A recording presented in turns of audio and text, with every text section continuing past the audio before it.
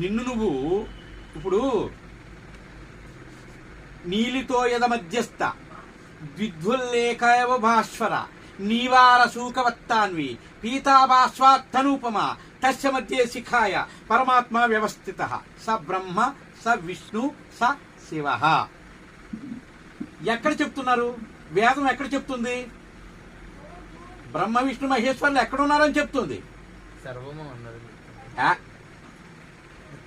స బ్రహ్మ శిఖ మధ్యే పరమాత్మ వ్యవస్థిత.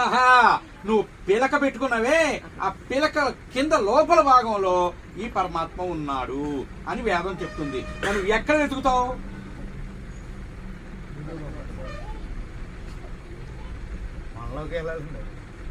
ఇప్పుడు మంత్రపుష్పం చదివేవా? మంత్రపుష్పంలో ఈ శ్లోకం ఉందా? ఉంది కదా.